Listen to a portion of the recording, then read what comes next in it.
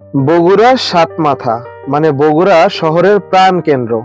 সেখানে ৩৫০ টাকার বিনিময়ে এত সুন্দর হোটেল পাওয়া যায়, এটা হয়তো অনেকেই জানেন না। এবং সাথে অ্যাটাচড এত সুন্দর ওয়াশরুমও আছে। হ্যালো এভরিওয়ান, আসসালামু আলাইকুম।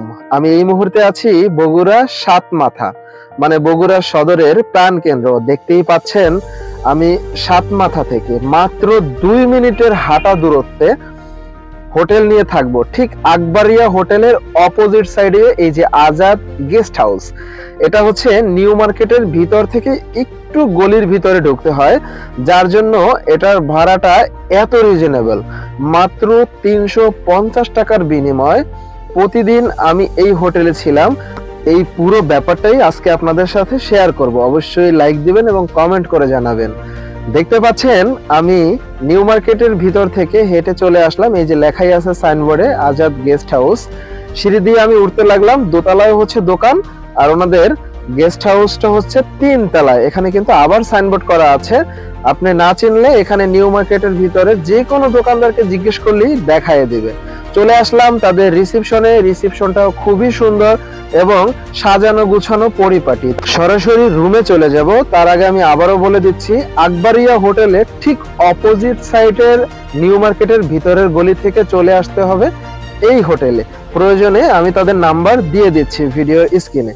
দেখতে পাচ্ছেন প্রিয় বন্ধুরা, আমি কিন্তু আমার রুমে প্রবেশ করেছি এবং দেখেন বিছানার চাদর থেকে শুরু করে পুরো রুমটা অনেক গুছানো এবং অনেক পরিষ্কার ছিল।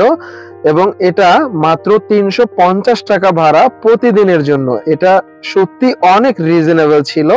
এবং তারা কিন্তু এই ৩৫০ টাকার জন্য প্রতিদিন আমাকে একটা সাবান, একটা শ্যাম্পু এবং ১ বোতল পানি দিয়েছে, যেটা সত্যি অবাক করার মতন একটা ব্যাপার।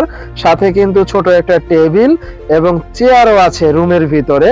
মানে একজন মানুষ খুবই আরাম করে কমফোর্টেবল ভাবে থাকতে পারবেন।